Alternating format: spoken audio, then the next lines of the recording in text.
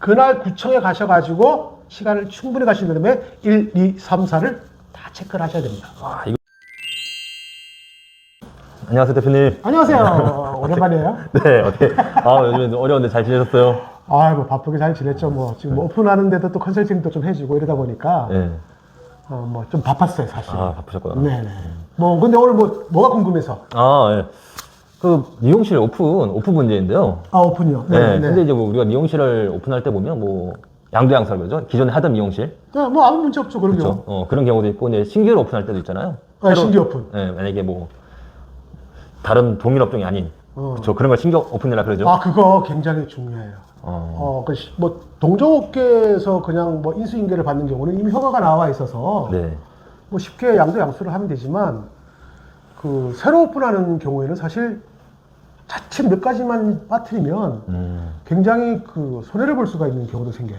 이게 뭐 허가 업종이라서 그런 건가요? 미용실이? 허가 업종들은 물론 있지만 제일 첫 번째가 제일 중요한 게 뭐냐면 그 지역이 내가 미용업을 할 수 있는 우리가 그린 생활 시설이라고 그러죠. 용도? 네. 그래서 일단은 그것이 가능한지 그것이 가장 용도를 정확하게 체크를 해봐야 돼요.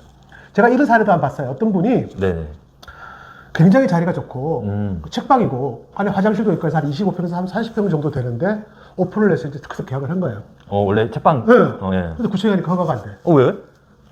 책방은 교육시설이기 때문에 그린 생활 시설이라는 것은 일단 영업을 해야 되는 그 사업을 해야 되는 장소잖아요. 그렇죠. 용도 변경이 안 되는 거예요. 아하. 근데 그걸 갖다가 만약에 용도 변경을 하려면 또 어디 가서 또 해야 되는 줄 아세요? 그러게요. 건물 그 전문가들한테 뭐 건축사업 이런 데서 그 용도 변경을 하는데 비용이 뭐 적게는 200에서 한 500만 원 사이가 나오는데 건물주는 사실은 그런 걸 안 해주죠. 안 해주죠. 네, 그러니까 내가 아무리 자리가 좋아도 제일 첫 번째가 신규 오픈을 만약에 한다고 하면은 거기 미용실이 없었고 신규 오픈을 한다 그러면 제일 먼저 구청에 가셔가지고 용도를 정확하게 알아보셔야 돼요. 그린 생활 시설인가 아닌가. 그게 우선은 뭐 이게 돼야지. 가장 많이 벌어지는 문제들이에요. 그러면 우리가 이제 신규 오픈을 할 때, 네. 그러면 우리가 이제 신규로 오픈할 때, 이 용도만 내가 정확하게 체크하고 계약을 하면 되겠네요, 대표님. 또 있죠. 또. 이게 쉬운 게 아니에요. 그럼 또 어떤 게 있나요? 두 번째는 뭐냐면 동종업종 제한이라는 게 있어요. 동종업종 제한. 이건 좀 사실은 좀 웃기는 일인데 보통 상가 지역에는 건물 주인가 다 이 상가 주인이 다르잖아요. 그렇죠. 이렇게 뭐 A 점포, B 점포 주인 근데 뭐 어떤 데는 또 사실 그렇게 협조가 안 되는 데는 한 상가 내에서 그때 저도 유튜브에서 방송을 했는데 미용실 7개, 8개 있는 곳도 있어요. 예, 본 적 있습니다. 네, 그런데 동종업종을 못하게 하자고 서로 협약을 하는 경우가 있어요. 상가 주인끼리. 상가 주인끼리. 네. 그런 경우에는 누가 미용실이 들어가 있으면 못 들어가요. 아무리 빈 상가가 나도. 네, 그것도 알아보셔야 됩니다.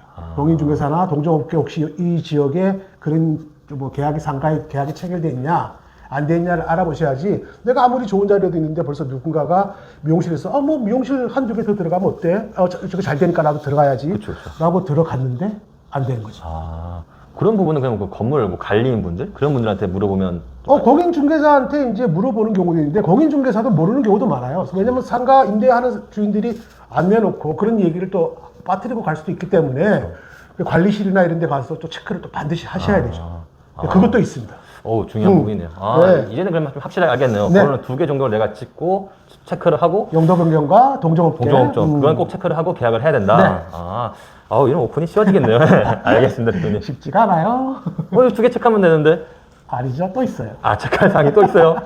이게 사실 많이 걸리는 건 아닌데 옛날 건물들이 보면은 그 정화조가 이렇게 어느 정도 한계가 있어요. 예를 들어서 우리 상가 쪽에 전부 다 상가들은 한 100명이 쓸 수 있는 정화조나 그런데 이제 미용실이 탁 들어가잖아요. 그렇죠. 그 미용실도 어쨌든 그 오페스가 많이 나오는 업종 중에 하나잖아요. 그렇죠. 아무래도 물을 많이 쓰니까. 네. 그래서 정화조 용량을 넘어가는 경우가 있어요. 이 초과치를 이상으로. 그래서 그런 것도 구청에 가가지고 여기 정화조 혹시 그 용량에 저희들 미용실이 들어가려고 하는데 넘어가진 않느냐. 이런 것도 꼼꼼하게 물어봐야 돼요. 이게 그러면 내가 마찬가지로 정화조 용량 때문에도 못 들어갈 수도 있죠. 근데 요즘에 아주 옛날 건물 아니고서는 옛날 건물. 네, 정말 옛날 건물. 그런 데는 개조했다든가 저기 뚝 떨어져 있는데 장소는 너무 좋아가지고 있는데 옛날에 그냥 오페에서 정화조 조그만 걸 묻어놨는데 갑자기 미용실이 못 들어가고 그러면 정화조 용량이 넘어가기 때문에 허가가 안 나올 수도 있어요. 네. 그렇군요. 또 그런 게 있습니다. 저는 이거 또 하나 궁금했던 건데요. 제가 좀 생각하는 게 맞는지 모르겠어요, 대표님. 그 한 번씩 우리 예전 건물 이야기 하다 보니까 네. 예전에 이렇게 미용실도 보면 네. 간혹 가다가 이렇게 뭐 창고, 가건물이라고 해야 되나? 이렇게 창고 같은 거 있잖아요. 그게 바로 오늘 만약에 한다면 네 번째 제가 또 하나 팁을 주자면 불법 건축물이라는 거예요. 그것도 잘못된 거죠. 그러니까 내가 그 실질적으로는 겉으로는 멀쩡해요. 네. 근데 이거는 그 건물에 있는 사람이 뭐 땅 주인이 그냥 가건물을 뭐 지어놓고 이렇게 해가지고 불법 건축물로 돼 있는데 임대하는 사람은 그런 사실을 모르는 거죠. 그렇죠. 또 어떻게 보면 공인중개사에다가 그 건물 주인들이 이렇게 내놓을 때 그런 얘기를 또 안 해요. 약점일 수 있으니까. 그럼요. 그냥 임대만 받아면 없지 사실 그런 거 신경 안 쓴다는 얘기예요. 뭐 창고로 쓰든지 뭐라든지 미용실 오니까 미용실도 월세가 잘 나오니까 하세요라고 탁탁 계약을 했는데 네. 그게 불법 건축물이야. 와. 그러면 미용실 돼? 오픈할 수가 없는 거예요. 아하. 그러면 이건 와우. 그래서 이게 딱 네 가지만 체크를 하시면 돼요. 첫 번째, 내가 신고할 때 그게 그린 생활 시설이 가능한 곳인가? 용도가 맞는지. 그렇죠. 네. 용도가 맞는가? 두 번째, 그 다음에 거기서 동일 업종 혹시 그게 서로 협약이 되어 있는가? 네. 그 다음에 세 번째, 정화조 시설의 용량이 충분한가? 아. 그 다음에 네 번째, 김 원장님 말씀하셨던 불법 건축물이냐? 이겁니다. 그럼 불법 건축물인지 이 확인 여부 같은 경우도 그럼 뭐 구청에 가시면 도저히 뭐 계획하는데 가면 다 알 수가 있어요. 내가 어차피 사업자 등록증을 낼 때도 뭐 주소가 들어가잖아요. 그렇죠. 그게 뭐 건축가 뭐 위생허가증 저희들이 할 때 위생과로 가잖아요. 그렇죠. 그럼 위생. 거기 가서 어쨌든 뭐 절차에 맡아 하면서 거기다가 물어봐도 그럼 어디로 가셔서 뭐 확인을 해보세요라고 다 하니까 그날 구청에 가셔가지고 시간을 충분히 가신 다음에 1, 2, 3, 4를 다 체크를 하셔야 됩니다.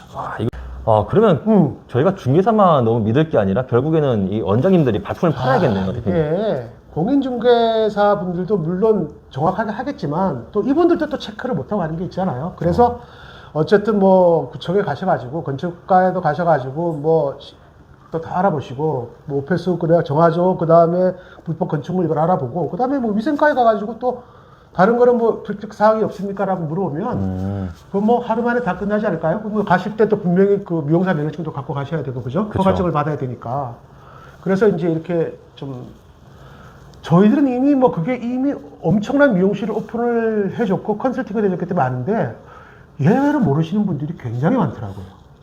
그렇죠. 네. 그다음에 또 한 가지 이제 제가 뭐 어차피 뭐 말 나온 거니까 네. 좀 말씀을 드리자면 그날 바로 이제 그 오전에 가면 오후에 어쨌든 허가증이 나와요. 네. 네, 허가증이 나오면 그걸 관할 세무서로 가셔서 사업자 등록증을 내야 돼요. 네네. 근데 사업자 등록증이 내가 오픈하는 날짜를 미리 정확하게 계산해 가지고 허가증이 나왔다고 해서 그날로 사업자 등록증을 내는 건 아니에요. 왜냐면은 어차피 사업자 등록증을 먼저 만들려면은 우리가 카드 단말기를 또 설치를 해야 되잖아요. 그렇죠. 카드 단말기 설치하는 그 과정에서 또 은행 가서 통장도 만들어야 되고 이렇게 하기 때문에 그게 또한 뭐 길게는 한 일주일 정도를 소요하신다고 생각을 하고 내가 예를 들어서 뭐 일요일날 오픈하겠다고 그래가지고 뭐 그때 그거 나고 난 다음에 통장 만들면 고객들 카드를 받을 수가 없어요. 그래서 미리 해야겠군요. 그래서 내가 1일날 오픈을 하겠다 그러면 미리 그 이전 전달에 한 15일 전에 가셔서 해놓고 내가 1일날 오픈할 겁니다. 그렇게 얘기하면 사업자 등록증을 그 개업연월일을 그 1일 날짜로 해주는 거죠. 근데 그 이전에 가셔가지고 통장하고 다 개설해서 그걸 해야 돼요. 그 사업자 등록증이 그래서 그 사업자 등록증을 먼저 발부를 받으면서 개업일자를 조금 하고 사업자 등록증을 먼저 번호를 받아야지 그 사업자 등록증을 가지고 통장을 만들거든요. 그러니까 개업연월이 굉장히 중요해요. 네, 그래서 건물주인하고 계약을 할 때도 내가 언제 개업을 할 거다 그러면 미리미리 좀 사전에 움직여야 된다는 거. 이거 굉장히 좀 유념하셔야 됩니다. 보통 오픈을 먼저 해놓고 난 다음에 뭐 카드 뭐 단말기 그날 와서 뭐 신청을 하면 되죠. 이틀 전에 막 이렇게 하다 보면은 그 사업자 통장에다가 그걸 연결을 시키는데 그 뭐 카드사마다 다 다르기 때문에 그게 한 4, 5일 경우가 많거든요. 그러면 카드도 못 받고 뭐 손님들한테 죄송합니다. 뭐 현금을 받아야 돼. 이런 또 불상사가 생길 수가 있으니까 미리미리 좀 움직이시라는 거. 네. 참고하겠습니다, 대표님. 이거 참고해야 됩니다. 뭐 다른 궁금한 점은 없으시고요? 네, 오늘 뭐 좋은 말씀 많이 해주시고 네. 그리고 제가 예상치 못했던 그 체크해야 될 4가지 네 4가지 반드시 4가지 찍어주시니까 정리가 확실하게 될 것 같습니다. 감사합니다. 네, 오늘도 좋은 정보를 너무 잘 이야기해 주셔서 감사드립니다, 대표님. 감사합니다. 네. 자, 그러면 저희 영상 좋아요, 구독, 알람 설정까지 모두 부탁드립니다. 고생하셨습니다, 대표님. 감사합니다. 네.